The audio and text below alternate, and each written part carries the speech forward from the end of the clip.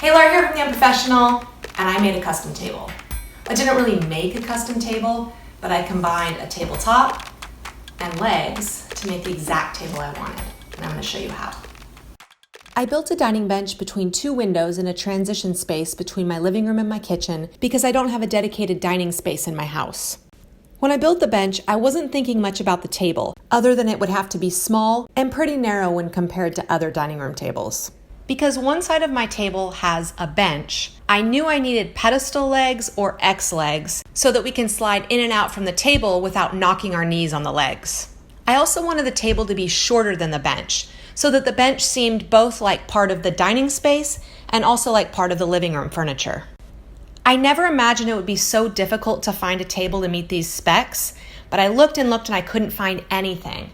Originally, I planned to make my own beautiful tabletop, but I have kids that are really hard on my furniture, so I decided just to go for something cheap, and I got this desktop from IKEA and decided I could find my own X legs, which I did from Amazon, and attach them myself. This table is already built, but I took it apart so that I can show you exactly how I attach the legs.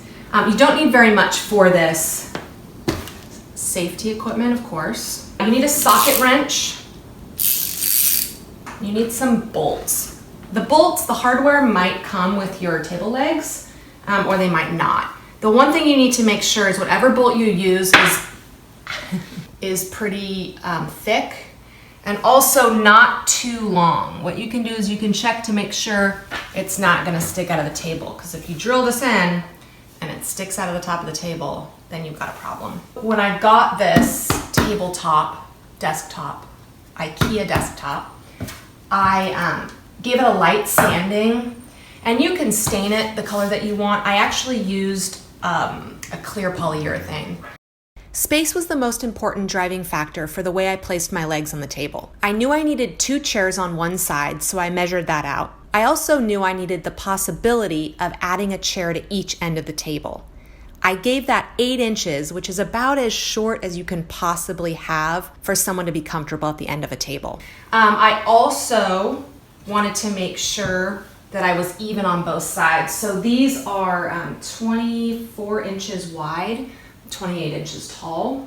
I think that's pretty standard, and I'm going to include a link to something similar. It's not these exact legs, because they don't sell these exact legs anymore, but it's something very similar. So once you know approximately where you want this and how much space you need, you're going to check here and you're going to check here and make sure that what you have is even. And you're also going to check here and here.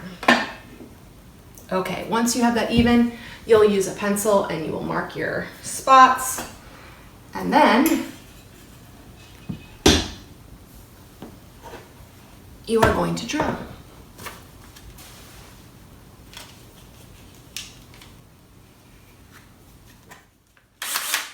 You might notice that there's some pre-drilled holes. These are from me, but IKEA had already pre-drilled holes here. This doesn't matter because I'm not using their table legs. I didn't want to use their table legs, and I don't want straight table legs, so this doesn't matter. Just disregard it, you'll never see it. This also was already part of the table, and it doesn't matter, I'm just going to work around it. Okay, so now that I know where all of my holes are, and I have marked them and pre-drilled them, I'm just going to line this up.